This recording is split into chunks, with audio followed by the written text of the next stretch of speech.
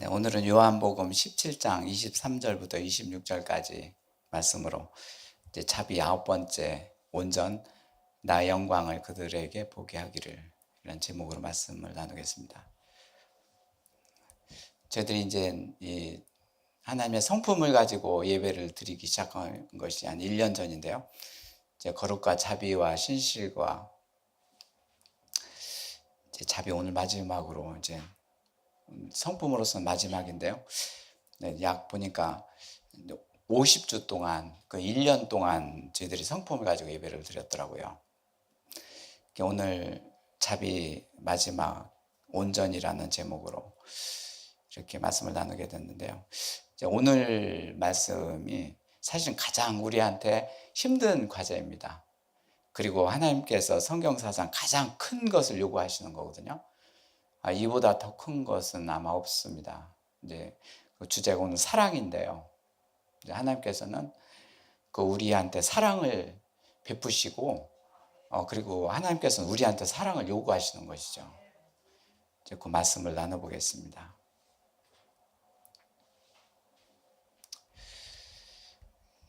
이제 결국 사랑으로서 이제 하나님의 영광에 도달하게 되는 것이죠. 이제 그 과정의 온전함입니다. 우리가 그냥 하나님한테 영광을 그냥 바로 드리는 게 아니라 예수님이 이제 하나님 아들로서 아버지 영광을 내가 받았나이다.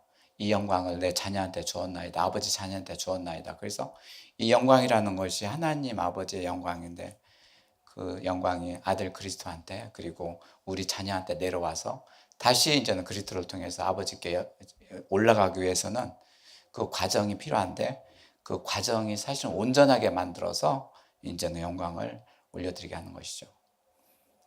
방법이 사랑이고 그 과정이 온전입니다.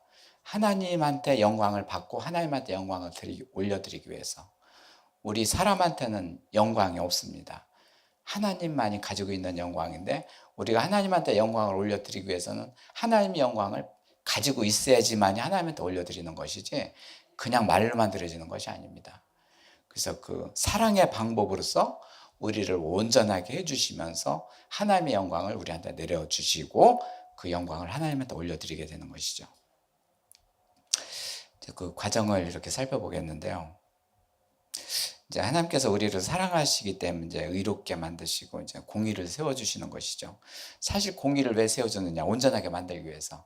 이제 우리가 이제는 죄로 인해서 불의하게 됐고 죄 속에서 살기 때문에 우리뿐만 아니라 모든 인류가 그렇기 때문에 이제는 죄가 있고 흠이 있기 때문에 하나님 보시기에는 이제 온전치 못한 것이죠. 그래서 이제는 하나님 자녀를 하나님께서 우리한테 일을 해주시면서 온전하게 만들어 주시는 것이죠.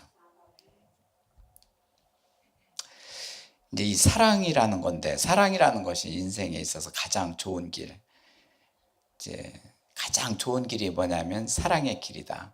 그래서 고린도전서 12장 31절에서도 너희는 더욱 큰 은사를 삼아라. 내가 또한 가장 좋은 길을 너희한테 보이리라. 하나님한테 내려오는 은혜, 은사가 뭐냐? 그걸 사모하라. 그것이 뭐냐면은 하나님께서 가장 좋은 길을 이렇게 너희에게 보여주는데 그것이 사랑의 길이죠. 그래서 하나님께서도 가장 좋은 길이 뭐냐? 우리가 사랑의 길을 걷는 것이 가장 좋은 길이고 가장 좋은 은사, 하나님에서 내려주는 은혜가 뭐냐? 사랑입니다. 그래서 그러면 하나님께서는 누구를 어떻게 사랑하시는지 이렇게 보면 우선 하나님의 계명을 지키는 자, 하나님의 언약을 받고 계명을 지키는 자, 출애굽기 20장 6절 이런 말씀이고요. 또 그리고 요한일서 3장 1절에는 하나님의 자녀가 된 자, 사랑이고 하나님께 사랑으로 이제 이루어진 자이고, 또 세 번째는 의인, 시편 146의 9절에 나오는 의인이라는 것이 우리 모든 인류는 의롭지 못한데 하나님께서 의롭게 만들어 주신 것, 그것이 사랑으로 이제 만들어 주신 것이죠. 또 하나님을 아는 자, 시편 91절의 14절 말씀처럼 하나님을 아는 자, 우리가 하나님을 모르는데 하나님을 알게 하는 것, 하나님의 나는 너의 하나님이다 이런 계시를 이제 주시면서 말씀을 주시면서 이제 하나님을 알아가게 하시는 것, 그것도 역시 사랑으로 이렇게 하신 거고, 오래 참는 자, 이런 고린도전서 13장 4절에서도 사랑을 또 이루기 위해서는 오래 참아야 되고, 우리가 어떤 사람 앞에서 그냥 불쑥불쑥 내 얘기만 꺼내고 그냥 문답하는 것이 아니라 그 말을 듣고서도 그냥 1분 참고 2분 참고 3분 참고 그래서 참는 거. 그래서 이렇게 참는 것이 또 사랑을 이루는 것이다. 사실 우리 마음대로 성품대로 하게 된다면 사실은 주거니 받거니 그런 이제 다툼이나 일어나지, 사실은 따지고 보면은 사랑을 회방하는 악의 세력들 우리 안에 들어와서 방해를 하기 때문에 이렇게 기다리지 못하게 되고 오래 참지 못하게 되는 것이죠. 이렇게 5가지 예를 들어봤는데 이것만 가지고는 또 우리가 하나님과 그 사랑이 무엇인지를 잘 알 수가 없을 것입니다. 이제 나사로 예를 한번 들어보겠는데요. 예수님은 나사로를 사랑한다고 하시면서 이제 나사로와 이제 사랑의 관계를 가지셨는데, 사랑의 관계가 뭐냐면 이제 사실 친밀한 관계죠. 이제 사이에 그 거품이 없고 불순물이 없고, 그죠? 같이 붙어 있는 거, 그것이 사랑입니다. 내가 슬프나 괴로우나 같이 붙어 있는 것이 사랑이고, 내가 즐겁고 기쁠 때 같이 붙어 있고, 아이고 내가 괴로울 때 떠나가고 그런 게 아니라 그럴 때도 같이 있고 같이 붙어 있는 것이죠. 어떻게 하나님과 같이 붙어 있는 자가 사실은 하나님과 사랑이 된 자고 친밀한 자입니다. 우리가 성품을 이렇게 1년 동안 50주 동안 예배를 드린 것 뭡니까? 친밀하게 위해서. 우리가 죄성으로 이렇게 마음에 살이 쪄 있고 불순물이 있고 이러니 하나님과 말씀이 우리한테 딱 와닿지 않고 하나님과 친밀하지 못한 것이죠. 그래서 하나님께서 거룩하게 해주시고 하나님 사랑을 베풀어 주시고 또 불의한 자를 의롭게 만들어 주시고 거짓 투성의 우리를 신실하게 만들어 주시고, 그리고 이제는 불쌍하게 우리를 자비롭게 해서 아주 우리와 같이 이제는 붙어 있게 하신 것이죠. 이제 나사로가 이제는 그 친밀한 관계로 붙어 있는 관계입니다. 사실은 친밀한 관계, 하나님과 사랑을 나누는 관계가 뭐냐, 한마디로 여기면 그 사람이 처음부터 끝까지 하나님과 같이 하는 겁니다. 태초에 나사로를 정했다면 태초부터 하나님이 같이 하시고, 나사로가 병이 들었는데 병든 때도 같이 하시고, 나사로가 죽었네 그러면 그 살리는 것도 하나님 사랑이고, 그 영원히 하나님과 같이 영원히 같이 붙어 있는 것, 그것이 친밀함이고 그것이 사랑이죠. 이제 누구든지 그렇게 해야 되는 것이죠. 하나님 자녀가 그렇게 돼야 되는 것이죠. 이게 사랑의 느낌이라고 할 수 있고 사랑의 결과인 것이죠. 사랑의 결과가 뭐냐? 친밀합니다. 붙어 있는 것이죠. 있어서 거북한 관계가 아니라 같이 있으면 흐뭇하고 좋고, 내 마음을 알고 말하지 않아도 알고, 또 그 마음이 그 말이 와도 또 이제는 같이 그렇게 인정이 되고, 이런 관계인 것이죠. 이런 관계가 사람과 사람 사이는 불가능하죠. 이런 관계가 하나님과 사람 자녀 사이 이게 관계가 이루어지니 어떤 일입니까?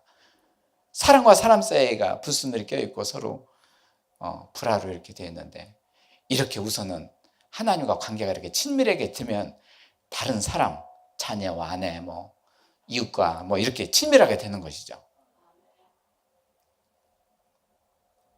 그래서 악의 세력들은 이렇게 이웃과 가정 간의 친밀한 관계를 떼놓기 위해서 하나님과 관계를 먼저 이제 초전에 그렇게 이렇게 들어오게 된 것이죠. 온 인류의 재앙이 바로 그겁니다. 하나님과 친밀을 깨트린 것이 악의 세력이고, 그렇다 보니 가족과 친척 할 것 없이 모든 이웃 가정 할 것 없이 모두 다 이제 이게 불화로 이렇게 된 것이죠. 이제는 우리는 이제 하나님과의 관계에서 친밀한 관계가 무엇입니까? 사랑이죠. 나사로 어떤 사랑입니까? 요한복음 11장 1절에 보면 어떤 병자가 있으니 이는 마리아 그 자매 마르다의 그 마을 베다니에 사는 나사로라. 나사로가 병이 들었고 마르다의 이제는 자매. 2절에 보면 이제 이 마리아는 향유를 주께 붓고 머리털로 주의 발을 닦던 자요 병든 나사로는 그의 오라버니더라. 마리아는 예수님이 죽으시 나는 사실을 이제는 알고 이제는 귀한 옥합을 깨뜨려서 머리에 붓고 이제 장사를 준비하신 것이죠. 이제는 그 시체를 썩지 않고 하기 위해서 그 좋은 향유를 뿌리고 이제 나사로는 그의 오라버니더라. 나사로와 그 마리아는 서로 이렇게 자매지만 이렇게 또 하나님과 이렇게 예수님과 같이 이렇게 친밀한 관계로 3절에는 이에 그 누이들이 예수께 사람을 보내어 이르되 주여 보시옵소서 사랑하는 자가 병들었나이다. 이미 주님과 사랑하는 자를 알고 있고 병들었나이다 이렇게 말씀을 합니다. 예수님은 사실은 이 사실을 알고 있었던 것이죠. 그렇지만 이제 이 사랑하는 자가 병들었다는 것을 알려주고 4절에는 예수께서 들으시고 이르시되 이 병은 죽을 병이 아니라 하나님의 영광을 위하며 하나님 아들로 말미암아 영광을 받게 하람이라.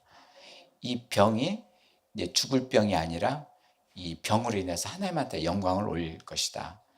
그리고 또한 하나님한테 영광을 올리는 이 아들 또한 이로 말미암아 영광을 받게 하람이라. 이 영광은 나의 영광이 아니요 하나님 아버지의 영광인데 나의 영광이 하나님한테로 드려질 것이다. 그래서 이제 5절에는 예수께서 본래 마르다와 그 동생 나사로를 사랑하시다니 다시 한번 확인합니다. 이런 자매를 이렇게 사랑하십니다.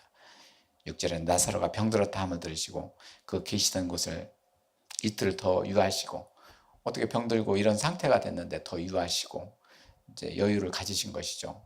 이제 예수님은 이제 그를 살리기 위한 기도를 하셨고 이제 그 기간을 벌려고 이제 이렇게 이틀을 더 머무르시고 이제 부활 사건이죠. 네. 그 후에 제자들에게 이르시되 유대로 가자 하시니 제자들이 말하되 랍비요. 이 제자들은 지금까지 역시 예수님을 랍비라고 그러고 이제 그렇습니다. 방금도 유대인들이 이제 돌로 치려 예수님을 막 핍박하고 이제는 피신 다니고 그러는 그 마을 왜 또 들어가시려고 하십니까? 예수께서 대답하시고 낮이 12시간이 아니냐. 사람이 낮에 다니면 이 세상의 빛을 봄으로 실족하지 않고 낮에 다니면 화나니까 넘어지지 않대. 밤에 다니면 실족하리라. 왜 그러면 그 사람 안에 이제 빛이 없는 거로 실족하리라. 이제 유대인들을 향해서 이렇게 말씀하시고 또 제자들을 향해서 이렇게 어둠 속에 사는 자녀를 위해서 이렇게 말씀하시는 것이죠. 이 말씀을 하신 후에 이제 이르시되 우리 친구 나사로가 잠들었도다. 그러니 내가 깨우러 가노라. 여기서 친밀함이라는 것이 이제 친구로 나타납니다. 나사로와 예수님은 창조주와 그리고 피조물 관계인데 친구고요. 얼마나 친밀했는지. 이제 잠들었도다. 이제 이미 죽은 것이죠. 그렇지만은 다시 깨어날 자기 때문에 잠든 것이죠. 이 세상은 죽은 자를 잠들었다고 하지만 다시 이제 구원받고 하나님께서 이제는 영생을 이렇게 이루어진 자는 이 세상에서 죽음이 잠든 것이죠.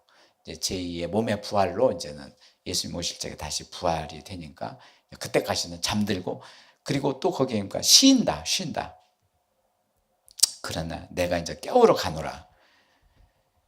이렇게 죽음과 부활을 이렇게 말씀하시는데 예수님이 이렇게 말씀하시는데 이 제자들은 또 잘 모르는 것 같아요. 네, 이런 사건들이. 그래서 제자들도 이제 예수님이 죽고 부활하시기 전에는 믿음이 없었고, 그러니 이제 아마 예수님이 이제는 장차 죽으셔야 되고, 그렇기 때문에 나사로를 통해서 죽은 자를 살리시는 그런 일을 여기서 하게 하시는 것이죠. 이제 12절에는 이제 제자들이 이르되 주여 잠들었으면 낫겠나이다 하더라. 13절에는 예수는 그의 죽음을 가리켜 말씀하는 것이나 그들이 잠들어 쉬는 것이라. 여기서 죽은 것이 잠드는 것이다. 쉰다는 것은 이제는 깨어난다. 그를 가리켜 말씀하신 줄을 생각하는지라. 자꾸 이제는 이제 죽은 자를 살리는 부활에 대해서 이렇게 자꾸 이렇게 가깝게 이렇게 접근하시는 것이죠. 왜? 이런 사건을 통해서 이런 보는 자 그리고 이제 제자들한테 믿음이 들어가기 위해서. 14절은 이에 예수께서 이제 밝히 이르시되 나사로가 죽었느니라. 내가 거기 있지 아니한 것은 너희를 위하여 기뻐하노니 이는 너희로 믿게 하람이라. 그러나 그에게로 가자 하시니 이 기간 동안에 이틀을 더 유하시고 이렇게 하신 것은 이제는 예수님이 이제 이 죽은 나사로를 살리시는 것이죠. 병든 나사로가 이제 죽었는데 그를 살리는 것입니다. 이게 하나님 창조주의 일입니다. 죽은 자를 살리시고 이제 없는 것도 있게 하시고 이런 것이 창조죠. 이게 이제는 친밀함, 사랑으로 이루어지는 것이죠. 사랑으로 이제는 이 부활 사건이 사랑입니다.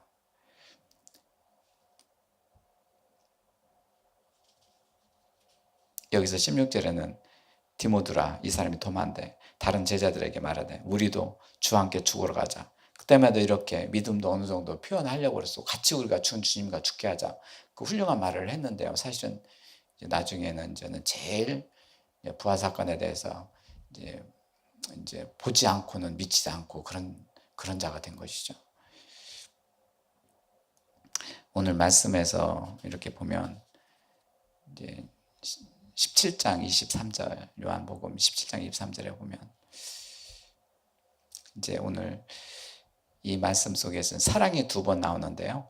곧 내가 그들 안에 있고 아버지께서 내 안에 계시고 그들도 온전함을 이루어 하나가 되게 하라 하면 아버지께서 나를 보내신 것과 또 나를 사랑하신 것과 그들도 사랑하신 것을 세상으로 알게 하라면이다. 이곳은 예수님과 아버지 사이에 서로 아버지 안에 예수님이 있고 아들 안에 예수님이 있고 같이 하나가 된 창조주 하나님이시죠. 한 분이신데 그 안에 계신 것이죠. 그래서 이렇게 하나가 됐는데 이렇게 그들 자녀를 아버지의 자녀, 이 세상에 있는 자녀를 이 우리한테 이렇게 끄집어 들기 위해서는 온전함을 이루어줘야 된다는 얘기죠. 그들도 온전함을 이루어 하나가 되려가면 이제 온전하게 돼야지만이 이 아버지 안에 들어가고 이제는 그 주 안에 들어가게 되는 것이죠. 그래서 하나님께서는 온전함을 두신 것이죠. 원래 사람을 이렇게 디자인하시고 만드셨는데 이제 이것이 깨지고 무너진 것을 다시 이제 재창조해서 다시 온전하게 만드시는 것이죠. 그래서 그 안에 그 자녀가 들어가면 하나가 될 거 아닙니까? 아버지와 나가 하나인 것처럼 그도 하나가 됩니다. 이것은 뭐 사랑의 결정이죠. 나를 왜 그렇게 했습니까? 아버지께서 나를 사랑하셨기 때문에 그들도 이제는 아버지의 사랑이 들어갔으니 온전하게 됐으니 이제는 아버지 안에 들어갔나이다. 그것을 세상이 알게 하옵소서. 이제 참 온전함에 대한 복음 전파입니다. 한 사람을 이렇게 아버지 안에 들어가게 하셔서 그 이전에 이제 온전하게 만들어 놓고 그 온전한 사람을 이 세상 한복판에 놔 보십시오. 그것은 복덩어리일 뿐만 아니라 복음 말하지 않더라도 복음을 전하는 자가 된 것이죠. 이렇게 아버지와 아들이 이렇게 하나로 사랑이 된 것. 참 하나님은 그러니까 자녀들이죠. 이 세상에 있는 자녀들. 참 그를 우리한테 들어가기 위해서. 그래서 이제는 이제 천국에서 아버지 하나님께서는 그 아들을 이 세상으로 이제는 출장 보내신 것이죠. 거기서 이제는 그 그리스도의 그 아버지의 순종함으로써 죽음에서 살아나시고 그런 순종함으로써 그와 같이 주 안에 들어가게 해서 같이 온전함을 이뤄서 온전함이 뭡니까? 그리스도가 온전하니까 그리스도 온전한 아들을 보내서 우리의 흠집 있는 모양으로 우리와 함께 하셔서 우리를 온전하게 해서 아버지 안에 들어가게 하신 거죠. 아버지는 그렇게 기다리시고 그걸 준비하시고 계시고 그 아들은 이 세상에 내려서 그 일을 하시고 다 이루시고 이 과정 이 자체가 이 온전함의 과정이 어떻게 우리가 말로 다 표현할 수가 있습니까? 이것은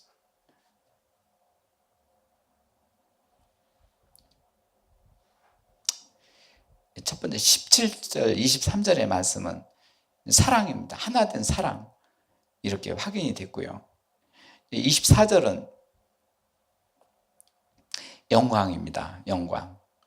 아버지가 내게 주신 자도 나 있는 곳에 나와 함께 있어 아버지께서 창세전부터 나를 사랑하심으로 내게 주신 나의 영광을 그들에게 보게 하시길 원합니다. 왜? 이제 사랑으로 온전하게 되었사오니 보시옵소서 아버지의 영광이 저한테 그리고 이 자녀한테 내려갑니다. 그거를 보시옵소서. 그가 받는 자가 볼 것입니다. 그리고 세상이 그것을 알 것입니다. 이제는 온전한 사랑을 이루어서 이제는 영광을 이제 우리가 받는 거, 그리고 그 영광을 아버지께 드려지는 거. 그래서 여기서 내게 주신 영광을 창세전부터 이제 세상이 만들기 이전에 이제 사실은요, 우리 온전하게 된 우리의 주의 백성들은 이 세상을 만들기 전에 하나님의 말씀이 계셨기 때문에 그 말씀 중에 우리를 다 예정하시고 택정하신 것이죠.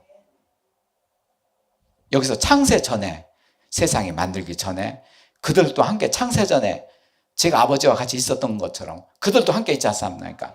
이런 그 하나님의 그 예정론이 쑥 들어간 것이죠. 뭐 이거 깊숙이 들어갔습니다. 25절에는 이제 의로서 이제 나의 아버지, 의로우신 아버지요, 세상의 아버지를 알지 못하여도 나는 아버지를 알았사옵고 그들도 아버지께 나를 보내실 줄 알았나이다. 온통 칠흑같이 어두운 이 세상에는 아버지가 누구인지 아들 그리스도가 누구인지 모르겠습니다. 그렇지만 이 칠흑같이 어두운 이 어둠 속에서 이 사랑으로 온전하게 된 이 자녀 한 사람이 있나이다. 이 자녀가 하나님의 영광을 받았나이다. 영광을 올려드립나이다. 이것이 아버지 속으로 들어갑니다. 아버지를 위해서 영광을 올려드립니다. 아버지를 그가 나를 보내신 걸 믿나이다. 그리스도를 이 세상에 보낸 것을 믿나이다. 복음의 최종착역이 그리스도가 오신 것을 증거하는 것이죠. 뭐로? 하나님의 영광으로. 영광의 본체가 그리스도시네. 그것을 아버지한테 드리는 것이죠. 25절에는 의입니다. 24절은 영광이었고 23절은 사랑입니다. 사랑으로 온전, 그리고 24절에서는 영광, 이걸 받는 25절에서는 의로운 자가 이렇게 하나님께 영광을 올려드리네요. 26절에는 내가 아버지 이름을 그들한테 알게 하셨고 알게 하리니, 알게 하였는데 미리 또 알게 하신 자도 있지만 앞으로 알게 하실 자도 있습니다. 나를 사랑하신 그 사랑이 그들 안에 있고 나도 그들 안에 있게 하옵소서. 여기서 또 사랑이 두 번 들어갑니다. 왜 그러면 첫 번째 23절에서 사랑 두 번 나오는데 여기서도 나를 사랑하신 사랑이, 그러니까 하나님 아버지가 아들 예수 그리스도를 사랑하신 그 사랑이 그 자녀한테 사랑이 내려온 것이죠. 하나님 사랑이 그렇게 그대로 내려와서 이제 결국은 아버지 안에 있게 하옵소서. 예수는 처음에는 이 세상에서 주 안에 들어가게 해놓고 이제는 온전하게 이루면서 차츰차츰 아버지 안으로 들어가게 하신 것이죠. 처음에는 주 안이지만 이 주 안에서 이제 아버지한테로 들어가게 하는 것이죠. 그 과정이 온전함입니다.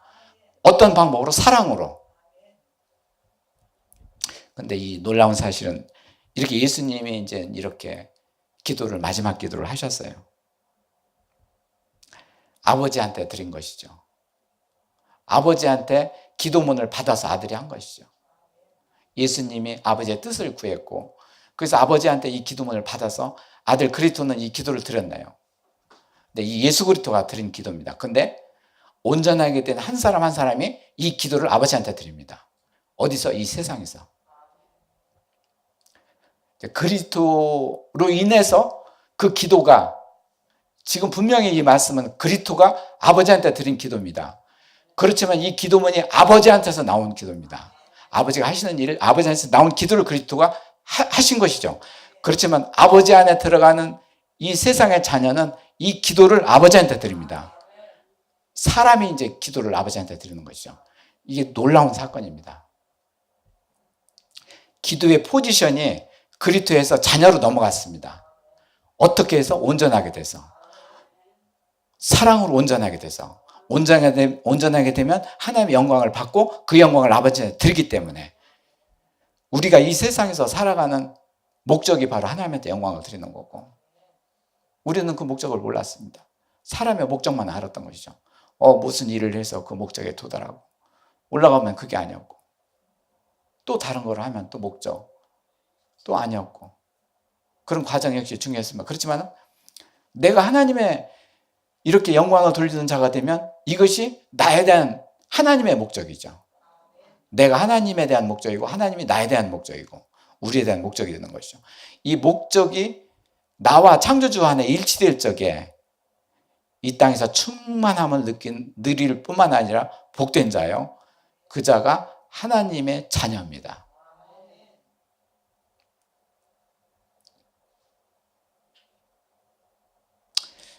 참 예수님이 이 세상에서 오셔서 아버지의 뜻을 가지고 오셨고 그 뜻을 이루셨고 그리고 이렇게 매번 이렇게 기도를 드리면서 이제 그 일을 아버지께서 하시는 일을 따라서 이렇게 하셨는데요. 결국은 우리 한 사람 한 사람한테 그 몫을 주어졌다는 것이 놀라운 사건이죠.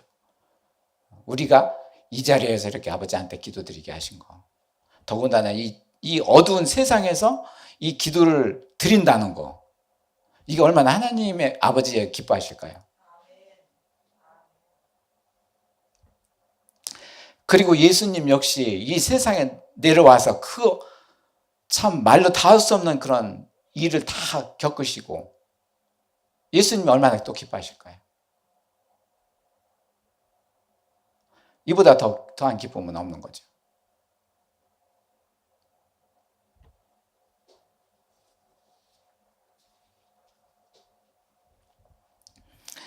이제 이번에는 이제 하나님 사랑을 이루신 것이죠. 그렇지만 하나님께서는 우리한테 사랑을 요구하십니다. 왜?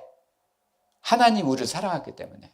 그 사랑의 과정에 비참한 처지에서 오신 그리스도가 그걸 다 이루셨기 때문에 우리한테 요구가 뭡니까? 하나님께서 우리한테 사랑을 요구하시는 것이죠. 한마디로 얘기해서 이웃사랑이고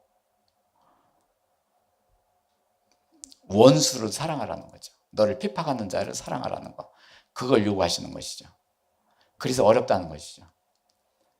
하나님 이 계명, 이 말씀에 대한 요구가 이 사랑인데 너무나도 엄청나고 힘든 것을 요구하시는 것이죠.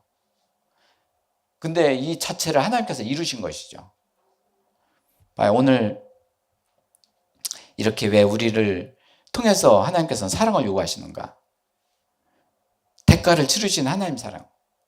하나님께서는 이 사랑을 이루기 위해서 이 세상에 오셔서 대가를 치르신 거예요.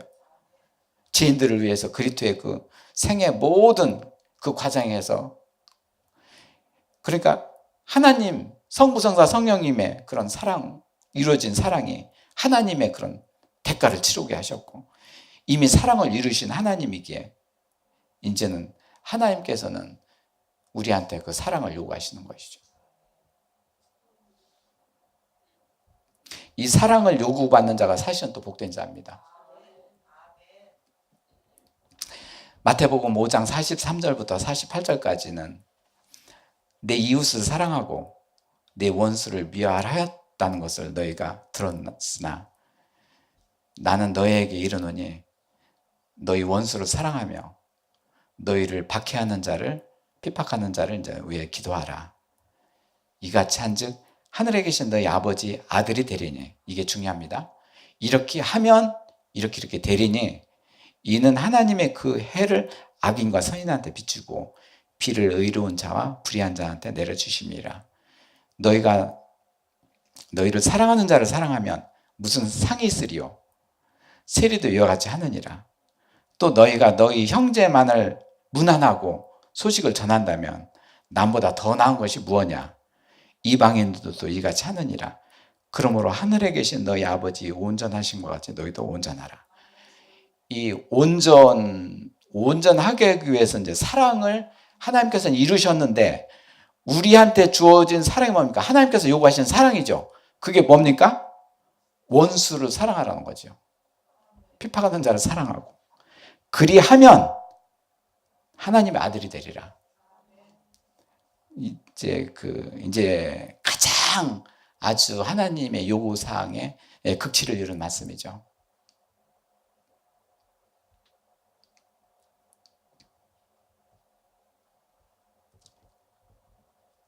근데 사실은 이렇게 말씀을 정리하면서 많이 기도드리면서 참 이런 말씀을 이렇게 앞에다 이렇게 놓으시고 많이 생각을 해보고 그랬어요.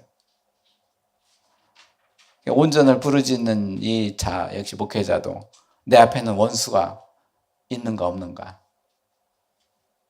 그러면서 원수가 없어야 이 온전함을 말씀드리고 말씀을 나누는데 어찌하여 이 온전을 외치면서, 공의를 외치면서 이런 자가 자한테는 원수가 있는가 없는가, 이것이 이제 핵심이었던 것이죠. 이제 저한테도 원수가 3명이 이제 등장한 것이죠. 이제 레지스터지 때문에 뭐 그거를 뭐하고 고발하고 뭐하고 뭐 가로막고 뭐하고 이제 이런 과정에서 이제는 좀 이렇게 시간이 지연되고 있는데, 눈만 뜨면 그 사람 얼굴이 떠오르고 뭐하고, 그래서 하나님 말씀이 이런 것이 있다는 것을 생각하고 그를 사랑해야지 하면서 이제 또 구탱해서 또 그렇게 하고, 그때 마음이 좀 후련해지고, 또 이제는 지나면은 또 그 생각이 또 들고, 아이고 또 어떤 때는 막 세게 이렇게 생각이 되면 또 소화도 안 되고, 아이고 그래가지고 이제는 또 밤낮도 떨어지고 막 그냥 그러고, 그러면서는 이제 발버둥을 치는 거예요. 아이고 그를 위해서 기도하고 축복해야지 하면서, 성전 건축이 말이 성전 건축이 이게 성전이고, 주의 가정을 알리는 우주 평화에 대한 복음 메시지를 가지고 그런 비전을 가지고 하는 이 성전인데 이렇게 방해자가 없으리야 하면서 그 사람들 또 하는 거예요. 그래서 한동안 좀 잊어버렸고, 이제 그를 또 대해서 그들과 같이 또 일하는 거예요. 같이 관공서 가서 또 얘기를 하고, 같이 잘못 이렇게 얘기해서 안 됐지만 원수라고 생각되던 사람하고 같이 다니면서 일하는 거예요. 생각하는 거 같이 밥 먹고 하면서 이렇게 하면서, 내가 어떻게 원수라고 생각했습니다 하면서 이런 얘기 많지만 같이 붙어요. 또 그렇게 하지 않으면 또 안 돼요. 그러니 같이 이렇게 살아가는 것이죠. 이게 세상입니다. 그러니 이렇게 합시다. 그래서 하나님께서는 오늘 온전한 것이 뭐냐, 거기에 대한 나에 대한 생각이, 네가 그를 원수라고 생각하지 말라는 것이죠. 너희 잣대로 그를 원수라고 생각하지 말라. 나는 전능하신 하나님이자 공의로운 하나님이다. 같이 펼쳐놓고 보는 하나님이다. 그래서 이 말씀을 가지고 마태복음 5장 43장 48절 이 말씀을 가지고, 하늘에 계신 너희 아버지 아들이니 대리니 내 기뻐하는 아들이라 하시면서 앞에다 갖다 놓으니, 내가 그를 쫓아간 것도 아니고 하나님께서 갖다 놓으신 거예요. 이 자칭 원수라는 사람을 하나님이 갖다 놓은 거예요. 잘 이제 공손히 대접해야 되죠. 저는 그렇게 되겠습니다. 그렇게. 왜요? 온전을 다하기 위해서, 하나님 아들이 더 기뻐하는 아들 되기 위해서 갖다 놓는 거예요. 나는 여기에 넘어가지 않기로 했습니다. 이제는 이 하나님의 그 사랑이 저한테 요구하시네요. 하나님께서 이루신 사랑입니다. 그렇지만은 이것으로 저를 사랑하셨는데 이젠 하나님께서 나에게 요구를 하시네요.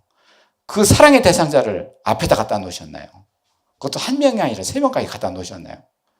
그러면서 이젠 또 하루 일과를 시작하고 밥을 먹고 같이 시작하는 거예요.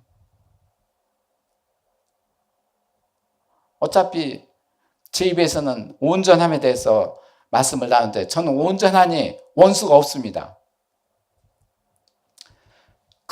그런 상황이 아니라 이 세상은 그 앞에 갖다 놓는데 어떡합니까? 그리고 그들과 같이 살아가는데 어떡합니까? 저는 얘기를 하지 않습니까? 이것저것 빼면 나 혼자다.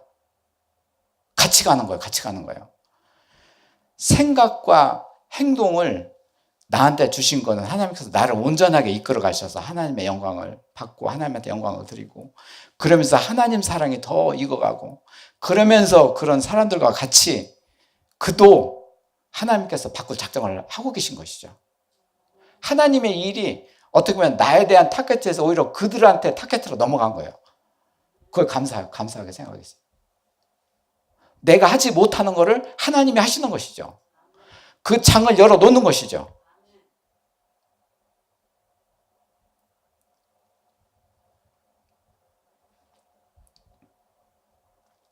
무엇으로 온전함을 이루어줍니까? 앞에다 갖다 놓고 그를 사랑하라. 내가 요구하는 것이다. 우리 성부, 성자, 성령은 대가를 치렀다. 사랑을 다 이뤘노라. 네 앞에 갖다 놨노라. 무엇이 더 큽니까? 내가 생각하는 건 이 세상 도토리 키재기인데, 사람과의 관계인데, 그 조그만 마을에서 한두 명, 세네 명의 관계인데 무엇이 더 크냐 말이죠. 오히려 이런 사랑으로서 극복할 뿐만 아니라 이렇게 승리하신 그 하나님 앞에 하나님이 나한테 요구하신 이 사랑을 하나님 사랑으로 이제는 베풀면서 이렇게 그 하나님의 나라를 이렇게 확장해 나가는 것이죠. 이게 선교 성전의 아주 가장 딜레마였습니다. 딜레마. 그 앞에 갖다 놓으신 것이죠. 로마서 13장 8절에는 피차 사랑의 빛 위에는 아무든지 아무 빛도 지지 말라. 남을 사랑하는 자는 율법을 다 이루었노라. 굉장히 의미심장한 말씀이신데요. 율법을 다 이루었다. 우리가 율법을 이루지를 못했고 그렇지만 사랑으로 율법을 이루었다. 율법의 완성은 사랑이다. 결국에는 이 하늘에 계신 너희 아버지의 아들과 딸이 되리라. 그리고 온전하게 이끌고 하나님을 의롭게 만들고 의가 또 온전하게 만들고 그 온전함은 또 사랑으로 이루어진 사랑이고 결국에는 온전함도 하나님 거예요. 사랑도 하나님 거예요. 영광도 하나님 거예요. 모든 것이 하나님 소유 것이죠. 하나님 소유 거를 우리 자녀한테 내려주기 위해서 이 세상을 두셨고 이 세상에서 살아가게 하신 거예요.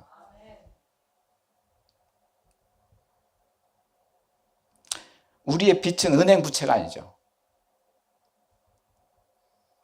은행 빚진 자들도 하나님, 하나님께서 온전한 사랑을 이루기 위해서 이렇게 하나님께서 요구하시는 사랑을 이렇게 이루겠나이다. 하나님이요. 이게 빚이 있는데 이것 좀 해주시옵소서. 하나님 방법으로서 이렇게 갚아주시든지 탕감해 주시든지 해주시옵소서. 사랑의 빛 위에는 아무것도 지지 말라. 이 말씀을 가지고 또 기도를 하는 거죠. 네.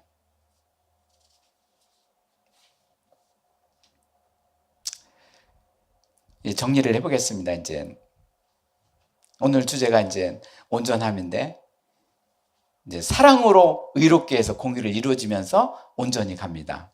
이제 온전히 그러니까 사람의 목적이 아니라 하나님의 목적인 것이죠. 사람은 이 세상에 있기 때문에 온전함 그것도 모를 뿐만 아니라 내 뜻과 내 이 의지를 펼치면 되는 거예요. 뭐 성공, 그런 성공 잣대 가지고 펼치면 되는 거예요. 이것이 나의 목적이고 우리들의 사람들의 목적이지. 그렇지만 창조주, 나를 만드신 우리를 만드신 하나님께서의 목적은 자녀가 온전해지는 것이죠. 하나님의 목적입니다. 하나님께서 그 목적을 끌어올리기 위해서 이 일을 하신 것이죠. 왜? 사랑을 하신 것이죠. 그래서 이 온전은 또 사람이 하는 것이 아니죠. 하나님이 하신 것이죠. 또 언제 하느냐? 다 이루신 것이죠. 온전함을 다 이루셨어요. 이제 아들을 보내서 그 아들을 통해서 다 이제 생명과 공의를 다 이루셨고 또 이 일은 또 성부, 성자, 성령님 이렇게 하나님이 하시는 일이었고 사람이 하는 일이 절대 아닌 것이죠. 그러니까 우리가 이 세상에 살면서 하나님의 일을 받으면서 하나님의 일을 이루어가는 그걸 받아야 되기 때문에 우리가 이 믿음의 이 과정이 사실은 하나님의 일을 받는 것이죠. 이걸 전 굉장히 강조를 하고 있는데 이 세상에서는 내가 일을 하지만 하나님의 일은 하나님께서 그를 보내신 일을 믿게 하고 하나님께서 일해 주시는 걸 우리가 받아야 되는 것이죠.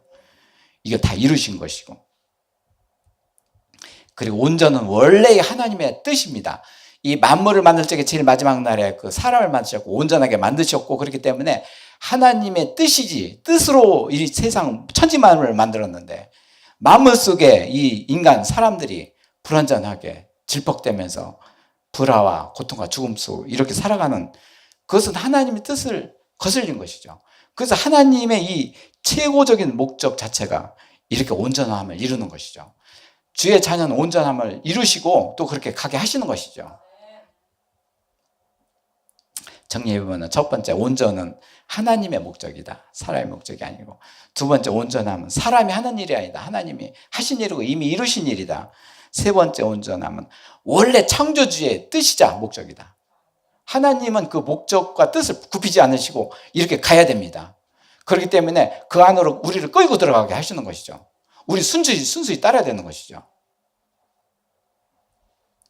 이렇게 창조주신 하나님께서 나의 뜻을 이루어 가시는 거, 사람의 뜻이 아니라 하나님 아버지의 뜻을 이루어 가시는 거, 그것이 우리가 자녀죠. 세상에 자녀를 뒀는데 내 뜻과 가지고 내 뜻과 생각대로 전부 다 가고, 한동안 그렇게 가다가 이제는 딱 스톱을 브레이크를 밟고 넘어지게 자빠지게 만든 것이죠. 이제 하나님 뜻으로 바꾸기 위해서. 왜? 나의 뜻을 세우기 위해서 그 자녀로 하여금. 그래서 온전하신 그리스도를 이 세상에 보내신 것이죠. 오늘 기도 제목을 보겠습니다. 이제 온전함이란 말씀은 이제 예수님이 이제 천국에서 오실 때 그러므로 하늘에 계신 너희 아버지 온전한 것 같이 너희도 온전하라. 이 말씀을 가지고 내려오셨어요. 예수님이 오실 적에. 근데 하나님 아버지께서 이 말씀으로 일해 주시는 것이죠. 그렇기 때문에 우리를 이렇게 온전하게 이렇게 만들어 주시고, 지금까지 말씀 나눈 대로 이제 온전함은 사랑이고, 이제 그래서 사랑으로 온전함을 이루어 주시고, 그 사랑을 이루었으니까 우리한테 요구된 조건이 원수를 사랑하면 너희 그리고 박해하는 자를 위해서 기도하고 그래서 사랑하라. 하나님께서는 우리를 이렇게 대하시면서 하늘에 계신 너희 아버지 아들이 된다 이렇게 하셨고, 이는 하나님이 그 해를 악인과 선인에게 비추시며 비를 의로운 자와 불의한 자한테 내리신다. 비와 햇빛이 온전한 사람한테 내려줍니까? 악인한테도 선인한테도 모든 것을 다 이렇게 내려주시는 것이죠. 하나님은 이렇게 공평하게 이렇게 다루시는데, 이렇게 하나님께서 이 하늘에 계신 너희 아버지처럼 너희도 온전하라 이런 말씀 속에는 아주 이제 핵심적인 말씀이 있는데, 네가 이 세상에 사느냐? 그러면은 내 생각과 눈으로 선인이 악인이 판단하지 말라는 것이죠. 그 판단은 나의 잣대로 하는 것이죠. 그 판단은 하나님 아버지가 하시는 것이죠. 지금까지는 많이 했습니다. 하나님 아들이 되도록 하기 위해서, 딸이 되도록 하기 위해서는 이 세상에 사는 내 자녀들아, 너희가 선과 악을 구별하지 말라. 알아도 그것을 좀 부인해야 됩니다. 왜? 에덴 동산에서 사탄이 최초의 인류를 넘어지게 한 게 이것입니다. 너희도 눈이 밝아서 선과 악을 구분하리라. 이 재앙이 온 인류의 재앙이 된 것입니다. 내 생각으로 이러네 저러네 판단하는 거. 거기서 정죄, 죄가 싹트고 나를 그와 원수를 더 만들고, 이렇게 해서 이렇게 됩니다. 그렇게 해서 원수가 된 건데, 그래서 그를 원수로 사랑하는 것이죠. 왜? 그렇게 되면 내 앞에 있는 자를 네가 이거냐 저거냐 판단하지 않을 것이다.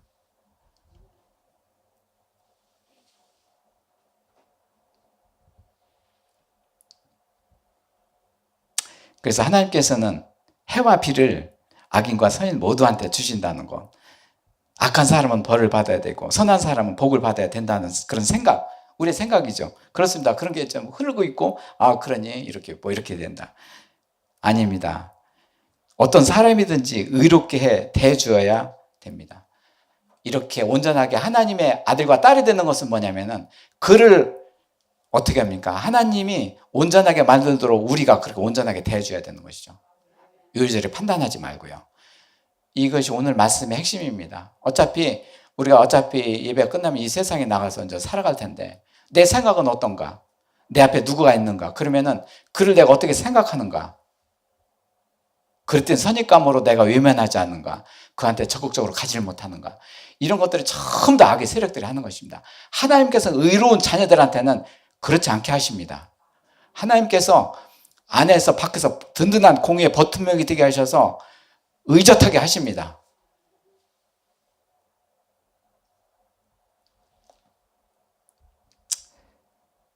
하나님 자녀는 온전하라 이렇게 말씀하신 그 온전으로 이렇게 이렇게 말씀으로 이렇게 이뤄나가시고 온전히 사실 하나님께서는 아시는 선과 악 기준에서 악을 선으로 바꾸시면서 공의를 행하게 해주시면서 온전하게 만들고 이 모든 일을 하나님께서 해주시는 일인데 우리가 하나님을 외면하고 우리가 이 세상에서 나의 잣대로 그렇게 하지 말라는 것 그리하면 온전함이 너희한테 멀어질 것이라는 것이죠.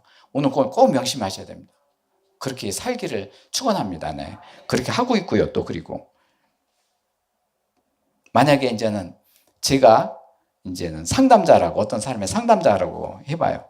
전화를 받고 누가 이렇게 힘든 일을 가지고 상담하러 온다고 해봐요. 그 이름만 들고 목소리만 들어도 그 사람은 어때? 그래, 그 사람 이 사람은 뭐 그 전에 도둑질 했으니까 내가 그걸 알고 있어. 그러니까 그런 식으로 막 이 선입감이 들어가지고 상담자는 그런 생각이 나오더라도 그걸 외면하고 공평하게 있어야 됩니다. 그래야 공평하게 그를 대해줘야지만 그가 와서 짓거리고 자기의 속이는 마음도 털어놓고 다 합니다. 그걸 또 품어주고 그래야 됩니다. 나의 잣대로 가면서 너는 지금 그 얘기를 하고 있느냐? 내가 알고 있는데 뭐 그냥 이런 식으로 살아가는 그 방법이 불완전한 사람이요. 하나님께서 온전함으로 주의 자녀를 이끄는데 악의 세력들이 개입해서 자꾸 더 불완전하게 만들어간다는 거죠. 사람 대하는 데 있어가지고 우리는 온전을 경험하고 체험해야 된다는 얘기죠.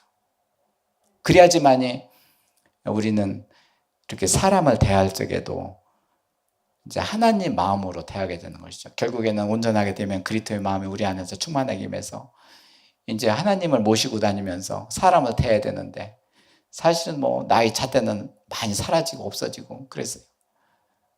지금 뭐 이런 분별도 이제 지금 안 하고 있고 사실 그런 것이죠.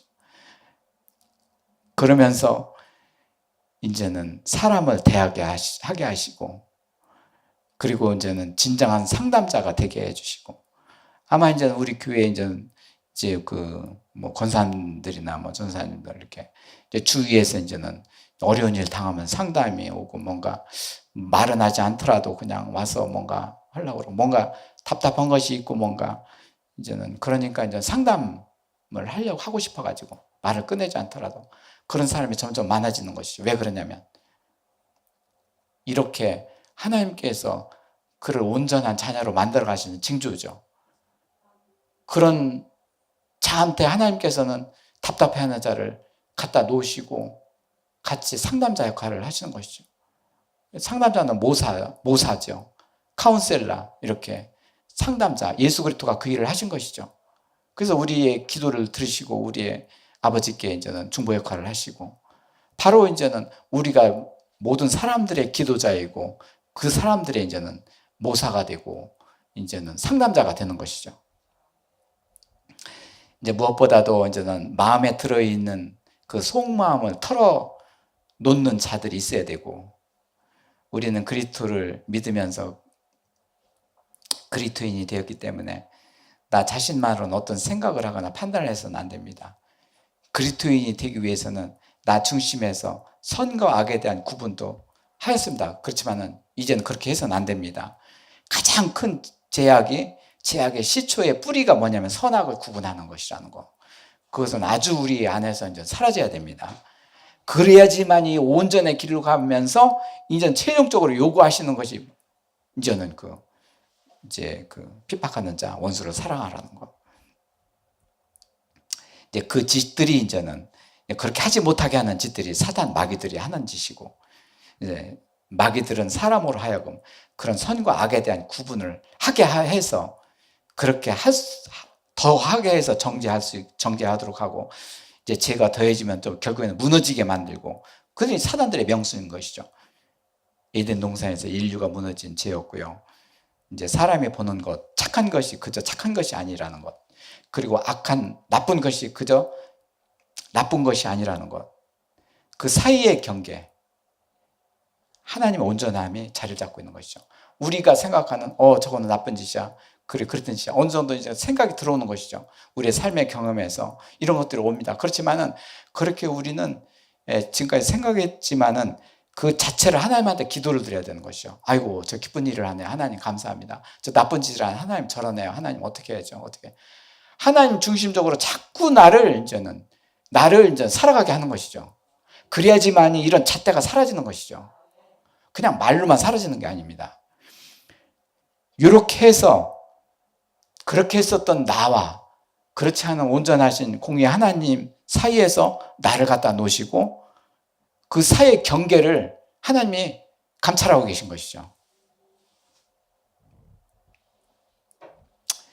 결국은 하나님의 이 온전하심의 뜻을 두신 것이고 이제 하나님의 그 사랑의 방법으로 다 이루신 하나님이시고 참